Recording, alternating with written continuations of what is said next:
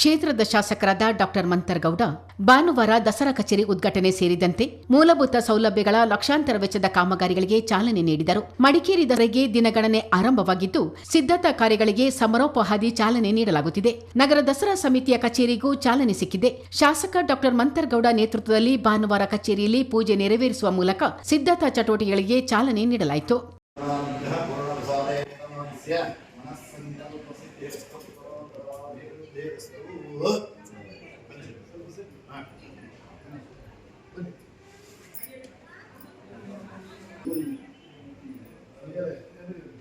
ಇದೇ ವೇಳೆ ಶಾಸಕರು ನಗರಸಭೆಗೆ ನೂತನವಾಗಿ ಖರೀದಿಸಲಾಗಿರುವ 57.31 ಲಕ್ಷ ವೆಚ್ಚದ ಸಕ್ಕಿಂಗ್ ಅಂಡ್ ಜಕ್ಕಿಂಗ್ ವಾಹನ ಮತ್ತು 5.7 ಲಕ್ಷ ವೆಚ್ಚದ ಒಂದು ಆಟೋ ಟಿಪ್ಪರ್ ವಾಹನಕ್ಕೆ ಪೂಜೆ ಸಲ್ಲಿಸಿದರು.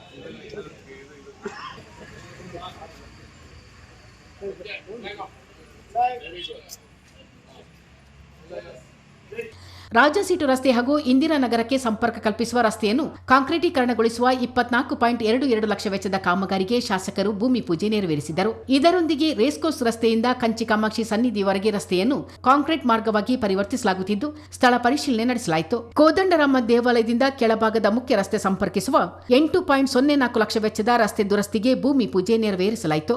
ಹೆಬ್ಬೆಟ್ಟಿಗೇರಿ, ಕಾಲೂರು, ಮೊಟ್ಲು, ಭಗವತಿ ನಗರ ಸುತ್ತಮುತ್ತಲಿನ ನಾಗರಿಕರು ಮತ್ತು ಪ್ರವಾಸಿಗರ ಒತ್ತಾಯದ ಮೇರೆಗೆ ಅಬ್ಬಿಫಾಲ್ ಸಂಪರ್ಕ ರಸ್ತೆ ದುರಸ್ತಿಗೆ ಕ್ರಮ ವಹಿಸಲಾಗಿದೆ.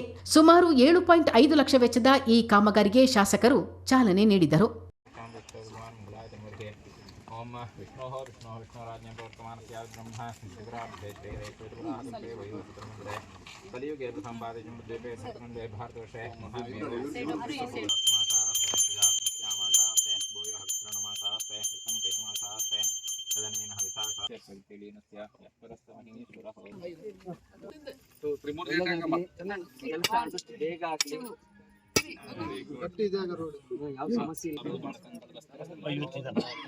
ಕಳೆದ ಮೇ ತಿಂಗಳಲ್ಲಿ ಡಾಕ್ಟರ್ ಮಂತರ್ಗೌಡ ನೀಡಿದ ಭರವಸೆಯಂತೆ ಕೂಟುಹೊಳೆ ಜಲಗಾರಕ್ಕೆ ಮೂಡ ಸಹಯೋಗದಲ್ಲಿ 300 HP ಸಾಮರ್ಥ್ಯದ ಮೋಟಾರ್ ಒದಗಿಸಲಾಗಿದೆ.